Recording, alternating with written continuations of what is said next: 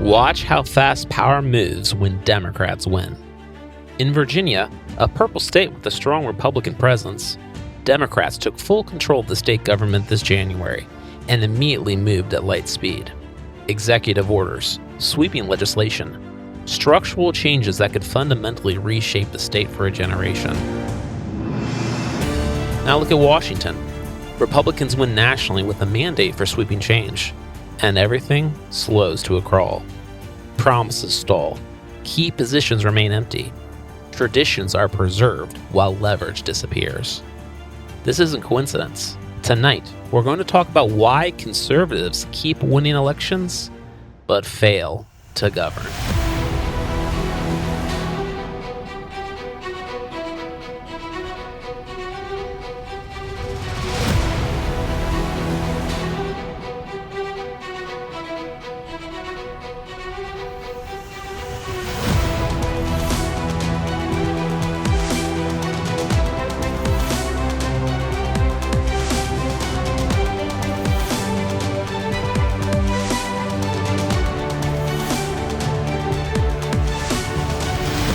Welcome back to the Restless Signal, home of the War of Ideas. Support our mission by subscribing now. If you've been listening to this show for any length of time, you know I've been arguing that politics today isn't just about parties or personalities. It's about a deeper war of ideas, a struggle over what kind of society we're building, what we believe is good, and which institutions get to enforce that vision. And in that war, elections matter, but they're not the whole story. Institutions are where power actually lives. Courts, agencies, legislatures, bureaucracies. These are the places where ideas stop being opinions and start becoming reality. Which brings us to the puzzle that's frustrating a lot of conservative voters right now.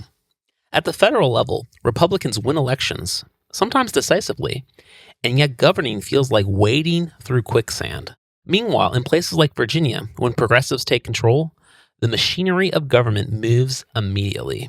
Orders are signed. Laws are passed. Institutions are bent into shape with speed and confidence.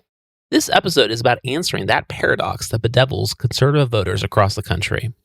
How can the Democrats consistently convert power into institutional control and concrete policy outcomes, while the Republicans consistently struggle to implement their agenda, even after winning decisive election victories? Let's find out together.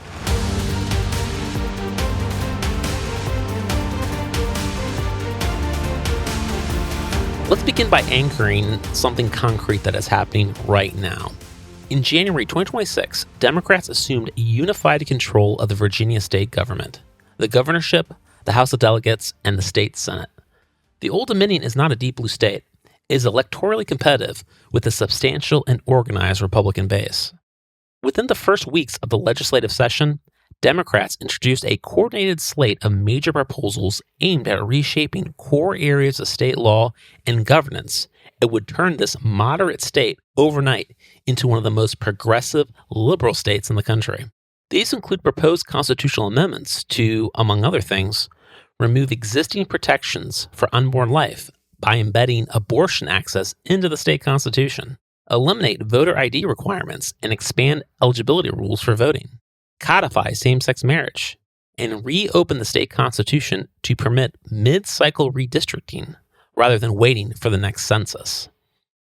Legislation was also introduced to do things like repeal Virginia's right-to-work law, altering the balance of power between employers and organized unions, mandate expanded union access and collective bargaining rights in the public sector, impose new firearm restrictions, including bans and regulatory expansions previously rejected by voters or vetoed by the previous governor, expand energy mandates that would accelerate the closure of fossil fuel infrastructure in favor of state-directed energy targets that will result in higher energy costs for Virginians, and aggressively raise numerous taxes despite sitting on a budget surplus of $2.7 billion, plus $1.7 billion in cash reserves and another $4.7 billion in a rainy day fund. And at the executive level, the new governor moved quickly to repeal the previous governor's executive order that required local law enforcement to cooperate with immigration and customs enforcement, and replace members of governing boards and commissions, including boards overseeing public universities and regulatory bodies, actions that directly shape institutional behavior, regardless of legislative outcomes. Now, the point here is not that every proposal introduced by the Democrats in Virginia will pass. Of course, some won't. The point is that the governing posture was unmistakable from day one. Use the window of unified control to push broad, structural changes across law, culture, and institutions simultaneously to achieve the left's policy outcomes. Now contrast that with the GOP at the federal level since taking control of the presidency and the Congress last January. Legislative movement has been narrow and limited. According to the legislative tracking for the 119th Congress, only a few dozen bills became law through late 2025 and early 2026, mostly narrow or technical updates, such as reauthorizations for veterans' land allotments, or a federal outdoor recreation data standardization, and minor amendments to existing programs. The most substantial act Republicans passed was the One Big Beautiful Bill, a reconciliation budget package signed on July 4, 2025, that include broad appropriation changes and various tax and spend adjustments. But beyond budget packages and routine reauthorizations, major conservative priorities have not become law. For example, a federal funding bill for DHS and ICE passed narrowly in the House, but has become entangled in a partisan conflict in the Senate. Comprehensive immigration reform to close procedural loopholes and expedite deportations remain stalled and have not advanced. Broad voter integrity legislation with strict nationwide standards like the SAVE Act has passed the House, but again is held up in the Senate. And other than ratifying one cut amounting to $9.4 billion back in July, the Republican Congress has failed to codify the DOGE spending cuts. In another area of institutional power, filling U.S. attorney positions illustrates the gulf between intent and execution. A Democrat Senate minority reportedly places holds on all 93 open U.S. attorney positions early in 2025, blocking those confirmations en masse. As of late 2025, Senate Republicans had confirmed just 31 U.S. attorneys, but a vast majority of vacancies remain, preventing the president from fully executing his law and order agenda nationwide, resulting in U.S. attorneys' offices continuing to be run by career staff that in many cases personally align with the Democrat agenda and can therefore slow walk and even sabotage key cases. Meanwhile, Senate Republicans like Senator Chuck Grassley continue to defend the blue slip tradition that has allowed Democrats to block these vital confirmations for more than a year. The result is a stark contrast. In Virginia, unified Democrat control produced rapid action in just a matter of days. At the federal level, under unified Republican control, the legislative output outside a major budget package has been limited. Many core agenda items remain unresolved or unpassed, and the president's government isn't even fully staffed even after more than a year in power. What can be even more frustrating and frankly mystifying to the average Republican voter is the Republican Senate's leadership allowing Senate procedures like the blue slip tradition and the filibuster to block advancing the Republican agenda. This commitment to tradition seems misplaced, not just because it stalls the agenda, but because it's no secret that Democrats will likely try to discard those same procedural constraints the moment they regain power. After all, they were just 2 votes shy of abolishing the filibuster in January 2022, and were only stopped by 2 Democrat defections to the GOP side, Senators Joe Manchin and Kristen Sinema. In all, this results in a familiar sequence for the right. Elections won, mandates claimed, procedural caution asserted, momentum lost, and institutions left largely intact and governing mandates squandered. So, why does this pattern keep repeating? And what, if anything, can we do to get out of it? That's where we go next.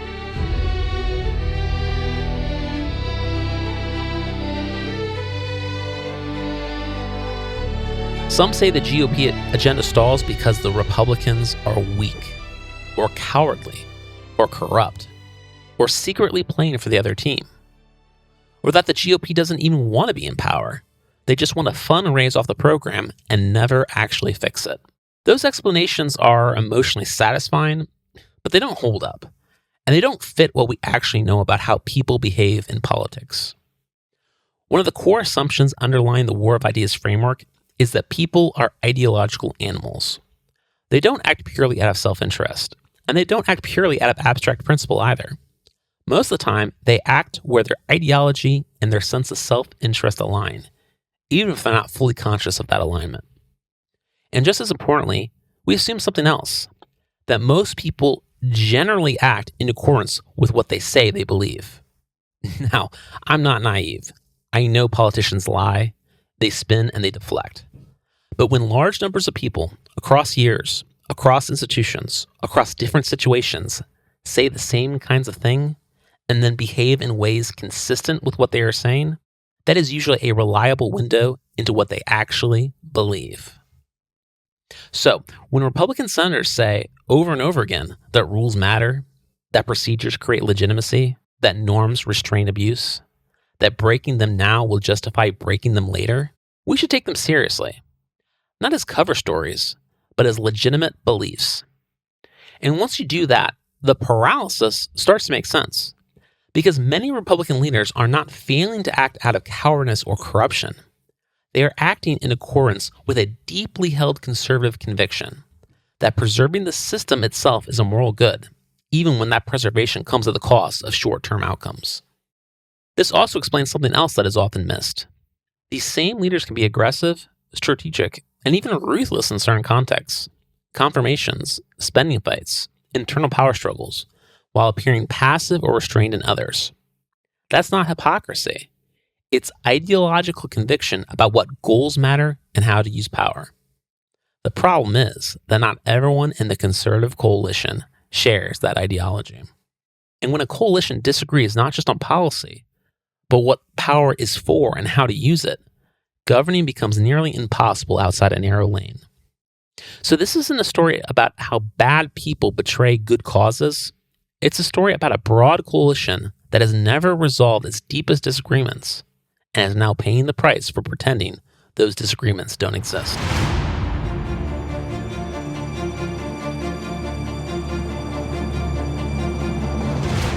So if ideology is what drives political behavior much of the time, and if people generally act in accordance with what they say they believe, the next step is obvious. We need to look not just at outcomes, but at belief structures. What does the progressive movement actually believe? And what does the Republican coalition actually believe? Because once you do that, the governing asymmetry stops being mysterious. So let's start with the progressives. Liberal progressivism, whatever else you think of it, is a coherent ideological project. It has a relatively clear vision of the society it wants to build. It includes a strong administrative state, centralized regulation, expansive definitions of personal freedoms, and managed equitable outcomes across economics, government, and culture. It also has a clear view of power. Power is not something to be feared. It is something to be used, instrumentally, to move society in a desired direction. Now, that doesn't mean progressives never argue. Of course they do. But those arguments are usually about priorities or strategy, about how far, how fast, and about horse trading, but not about whether the goal and the action itself is legitimate. Which means that when progressives gain institutional control, the question is rarely, should we act and what should we do? It's, how much can we get done before the window closes and what should we do first? Now look at the Republican side. What exactly does the conservative coalition believe? I actually asked my audience this question a few months ago. What are conservatives trying to conserve? I got some interesting and divergent answers. And this is where things get complicated, because the honest answer is, it depends who you ask. Some conservatives believe the highest good is constitutional process and procedural legitimacy. Some are animated by deep skepticism about government and thinking the highest good is restraining government to be as small and constrained as possible. Some are most animated by strong national defense and muscular engagement with a broader, chaotic world which needs American power to tame it. Some believe the highest good is national cohesion and cultural continuity and uplifting the common man. Some believe the highest good is a well-run, balanced government budget or fostering a pro-business environment that will lift all boats. And finally, some believe the highest good is a moral order rooted in Christian religious truth. These are not trivial differences. They imply different answers to questions about power. When is it legitimate to bend rules?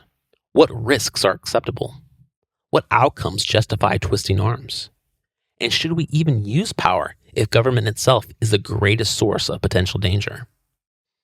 And even more fundamentally, they imply very different answers about what we, as conservatives broadly, are even actually trying to accomplish. Unlike the progressive liberals, who have a much wider agreement on goals and means, what holds the conservative coalition together today is less about a shared positive vision of the future. It is largely held together by a shared rejection of the progressive project. That distinction matters more than almost anyone wants to admit. A movement unified by a shared vision and agreement on means can move quickly when it gains power. A coalition unified primarily by opposition can win elections, because after all, elections are binary choices in America. But that same coalition will struggle to govern. Because once opposition is no longer the task, the coalition has to answer two questions it has never resolved. What are we actually trying to build? And how far are we willing to go to build it? This is the moment where conservative governance breaks down. Not because conservatives are stupid or insincere or cowardly or bought and paid for, although I'm sure some of them are all those things, but because conservatives, broadly, are being asked to act collectively without agreement on the purpose or legitimacy of using governmental power to achieve those outcomes. This is not a messaging problem. This is not a commitment problem. This is a structural problem.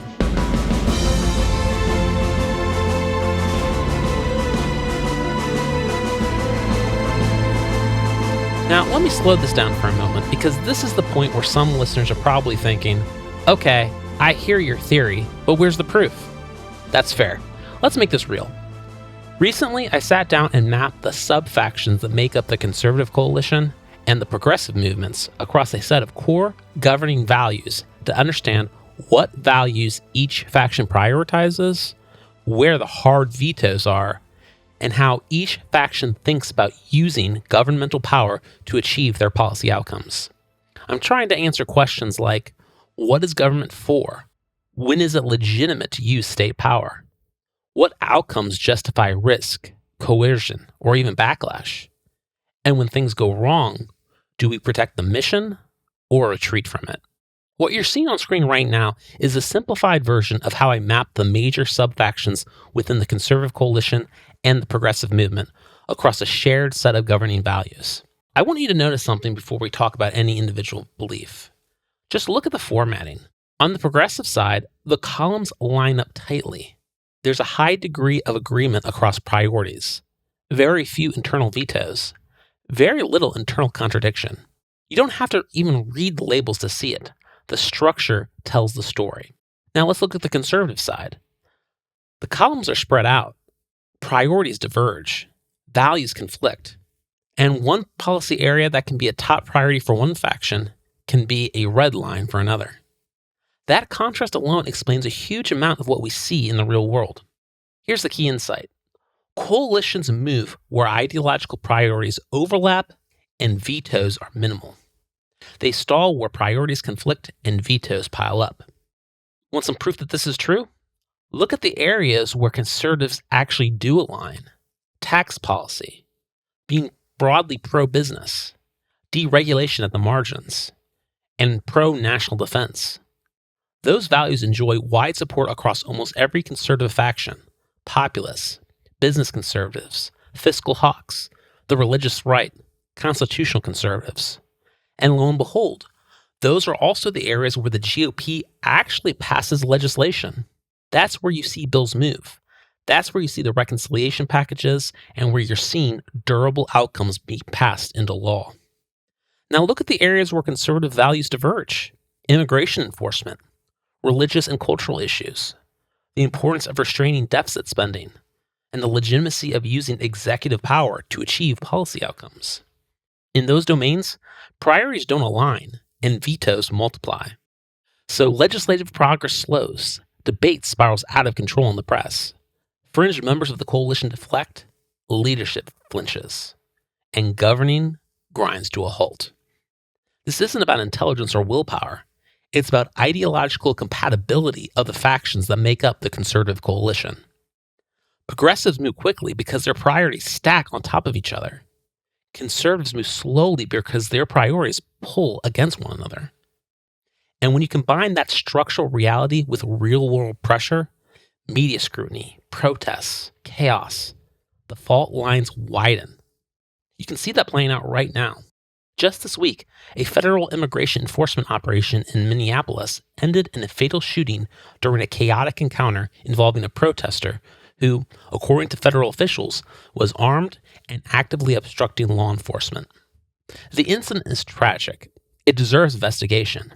And if an agent acted improperly, accountability should follow.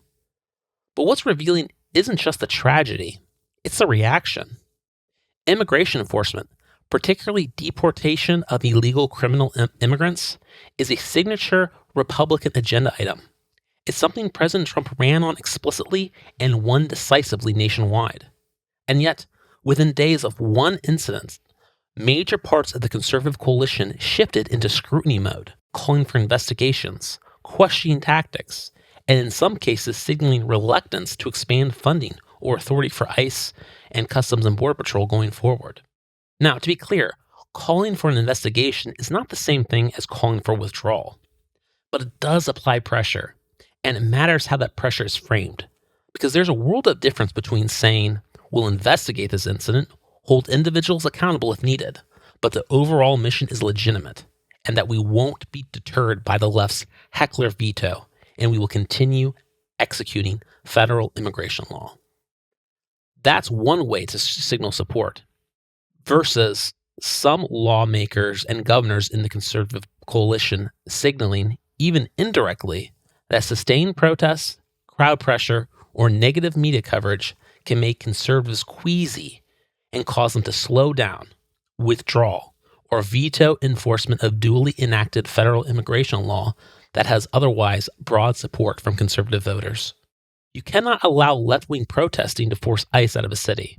If that happens, you've effectively legitimized their aggressive protest tactics.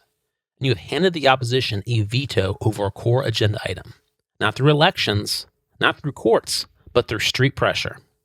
Now, for sure, some Republicans hesitate here because they just fear bad publicity. They're the type that are just weak and will go whichever way the wind blows. But others hesitate for a deeper reason.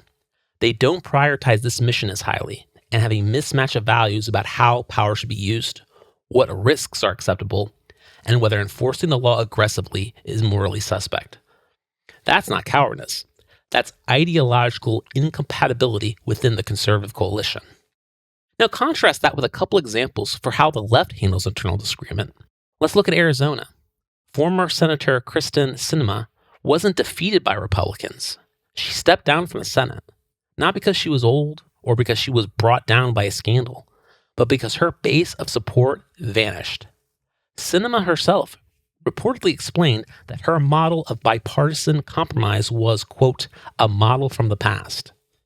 Once she broke with the Democrat base on issues like the filibuster and institutional restraint, the coalition didn't endlessly negotiate around her the way the GOP does sometimes with Senators Rand Paul or Congressman Thomas Massie. Instead, donor support dried up. Activist pressure intensified. The political environment became hostile enough that continuing simply didn't make sense. She wasn't voted out. She was pushed out. Now look at Pennsylvania. Senator John Fetterman is a sitting Democrat senator in a swing state who has broken with the activist base of the Democrat Party on several important issues. And while no outcome is predetermined, the pattern is familiar. Sustained pressure from the base, hostile media coverage, and open discussion about whether he should be a one-term senator. On the left, when a figure repeatedly complicates or slows down the project, the coalition applies pressure until the problem is resolved, one way or the other. On the right, when internal figures hesitate or defect at critical moments, the coalition tends to bend itself around them. Leadership accommodates. Unity is redefined downward, and internal vetoes are treated as moral virtues rather than strategic liabilities. Let me be very clear about what I'm saying here. I'm not saying that the left is virtuous for imposing party discipline. I'm merely saying they are effective. They understand how to consolidate power, neutralize internal veto points, and protect their agenda once they win. The Republican coalition refuses to learn that lesson out of misplaced scruples, fear of bad press, or unresolved disagreement about what they're actually fighting to conserve and what they're actually willing to do to win. And my accusation is that refusal to align the coalition around goals and means isn't a principled stance. It's foolish. Which brings us to the next question. Why progressives consistently convert power into control, and why conservatives hesitate. So once you understand the differences in belief structures, the difference in behavior becomes obvious. Progressives don't move faster because they're smarter or more ruthless or more disciplined by nature. They move faster because they are less conflicted about what power is for. In progressive ideology, power is not morally suspect by default. It is a tool, sometimes dangerous, yes, but necessary to produce just outcomes. Which means that when progressives gain institutional control, the internal debate is rarely whether to act.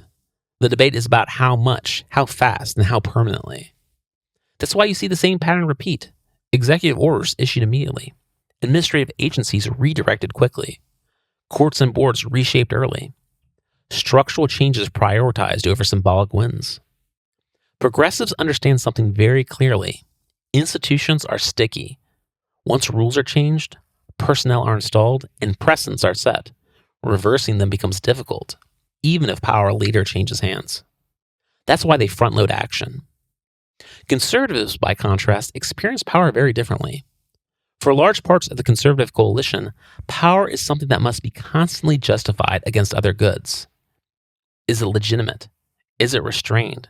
What's the precedent? Are we following all the procedures? Acting is not morally neutral. It requires a defense. And because conservatives disagree internally about what counts as a sufficient defense, actions slow. Every major decision becomes a negotiation, not with the opposition first, but within the conservative coalition itself. Is this constitutional? Is this legitimate? Will this justify abuse later? Are we becoming what we oppose? Those questions are not irrational. They are the natural result of a coalition that contains multiple, unresolved theories of power under a single party label. But here's the consequence, and it's part that conservatives often miss. In a system where one side is willing to use power instrumentally to shape institutions, and the other side treats power as morally hazardous unless unanimously justified, the first side will almost always win the institutional contest. Not because it's more legitimate, not because it's more popular, but because hesitation is itself a strategic choice, and usually the losing one. This is why conservatives can win elections and still watch institutions drift left. This is why progressives can lose elections and still retain long-term control. And this is why procedural victories often feel hollow, while administrative defeats feel permanent. The war isn't being lost because conservatives don't care enough. It's being lost because they are fighting a war of ideas with a coalition that has never agreed upon how war is fought and even what they are fighting for.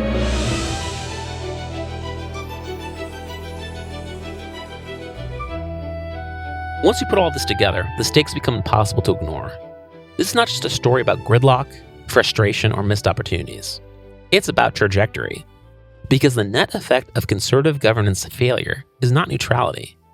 Conservative election victories, as things currently stand, function primarily as stalling actions. They slow the progressive project temporarily. They interrupt it sometimes, they force detours. But they do not halt it, and they do not reverse it. Conservatives keep winning elections, and yet institutions continue to drift. Bureaucracies continue to expand. Cultural norms continue to be redefined. Administrative rules continue to accumulate. And when progressives regain power, which they inevitably do in a democratic system, they resume the project from a more advanced position than before. That's why this pattern feels so demoralizing to conservative voters. They win elections, they celebrate mandates, and a few years later, they look around and realize that the country has still moved left. This is not an accident. It's a predictable outcome of a coalition that can win battles, elections, budget fates, occasional legislative victories over narrow issues, but is structurally incapable of winning the war. Because the war is not decided by who blocks the most bills. It is decided by who reshapes the institutions, sets the precedents, staffs bureaucracies, and locks in long-term control. And unless the conservative coalition resolves its internal disagreement about what it is actually for and how power may be used to defend it, the individual goal of each conservative faction will fail. Budget hawks will lose the fiscal state. Libertarians will lose freedom to an expanding administrative regime. Religious conservatives will lose the cultural and legal ground they are trying to protect. Constitutionalists will inherit a constitution hollowed out by exceptions and a judiciary committed to progressive, liberal interpretive theories that override the plain meaning of the document. National conservatives and populists will see the middle class continue to be squeezed and the national character changed by migration. And the one thing the coalition does agree on, stopping the progressive remaking of the country, will ultimately fail as well. Not because progressives are unstoppable, but because conservatives are fighting a long-term ideological war with a structure designed only for short-term opposition. Conservative elections won under these conditions are thus not victories. They are temporary speed bumps in an otherwise uninterrupted progressive advance. And unless something structural changes, unless conservatism becomes a disciplined governing project rather than a loose alliance of inherited traditions, the outcome is already visible. The left will continue to lose elections and win the future. And conservatives will continue to console themselves with the fact that they slowed the loss, even as the losses stack up and become permanent. In a war of ideas, that is not survival. It's defeat postponed.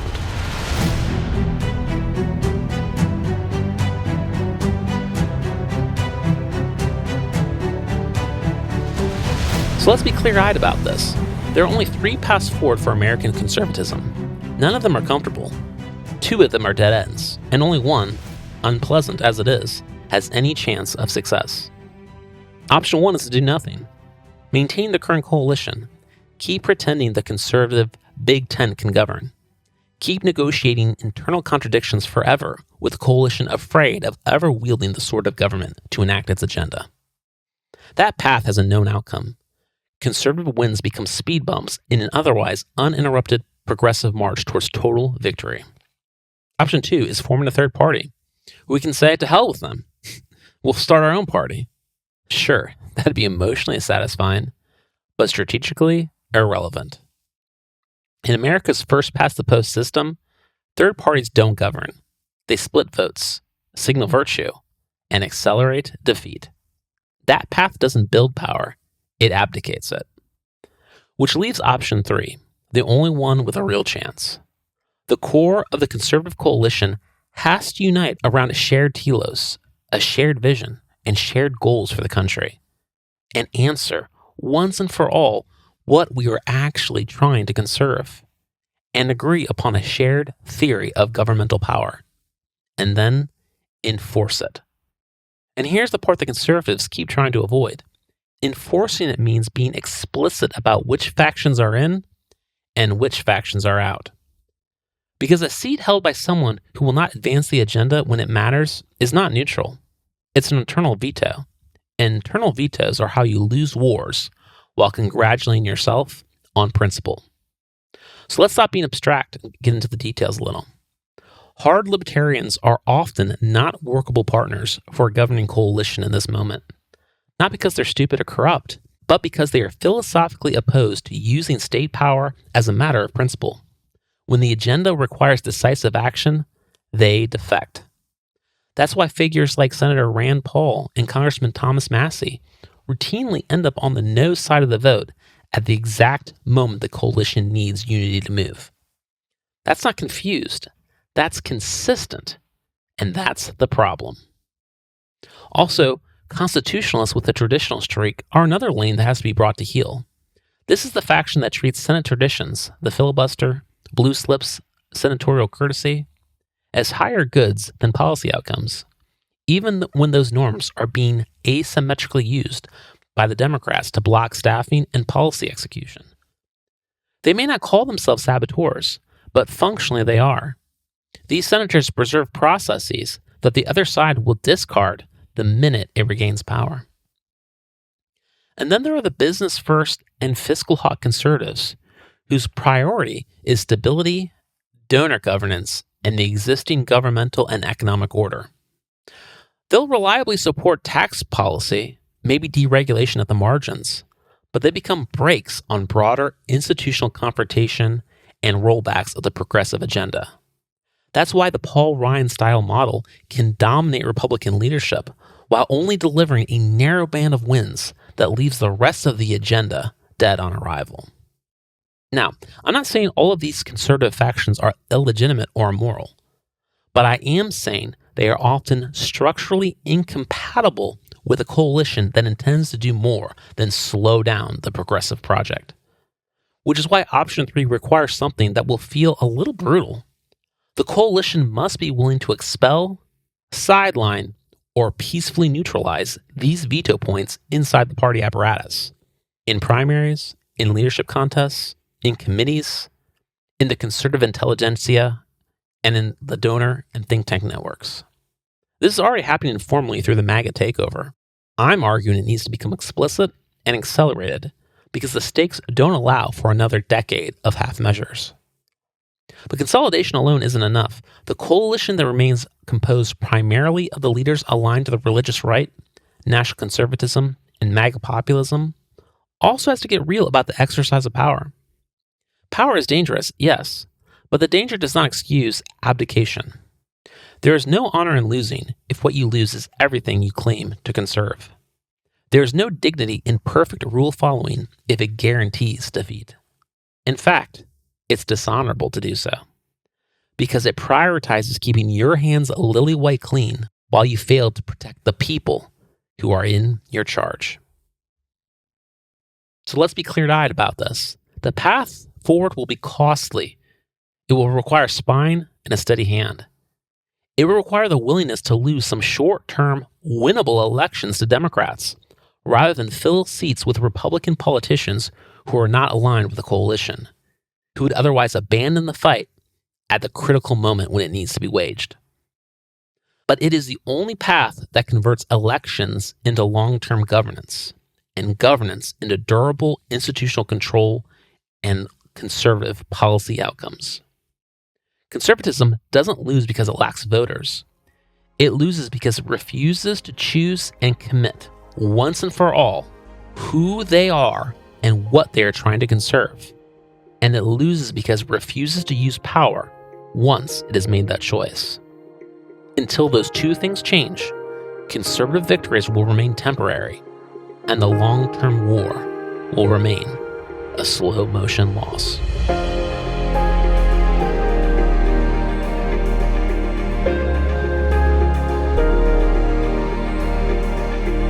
So let me bring this home. This episode wasn't about personalities.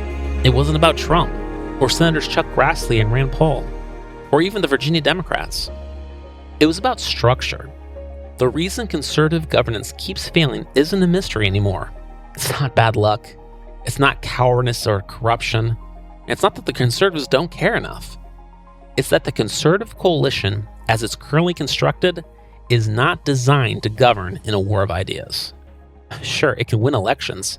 It can block some bills. It can slow the other side down. But it cannot reliably convert power into durable outcomes, because it is an alliance of factions that disagree not just on priorities, but on whether power should be used at all. And in a long-term ideological conflict, that is a fatal flaw. Progressives understand this. They treat power as a tool. They consolidate quickly. They accept internal losses to secure institutional control. Conservatives, by contrast, have spent decades confusing restraint with virtue and procedure following with legitimacy, even as the other side abuses those same norms to entrench their gains. The result is what we see today: conservative victories that feel good in the moment, followed by frustration, paralysis, and the sense that the country keeps moving left anyway. I've laid out 3 options: do nothing and lose slowly, start a third party and lose immediately, or consolidate explicitly, painfully even, around a shared vision and goals and a shared theory of power, and accept the cost of governing seriously. None of those options are comfortable, but only one of them offers a path to actually winning the long-term war, not just the next election.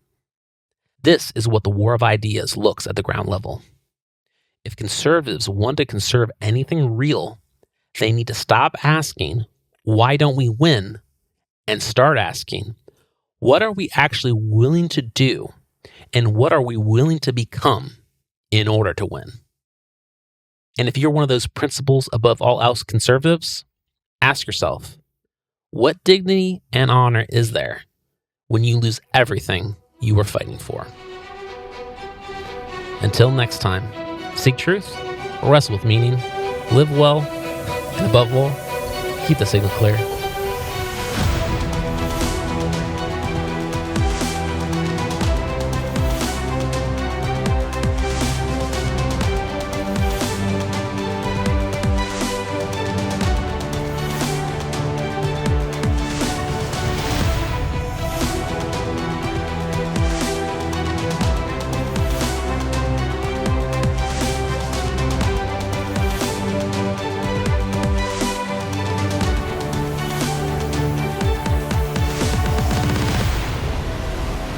You've been listening to the Restless Signal podcast, copyright 2026, all rights reserved. Check us out on the web at warofideas.com.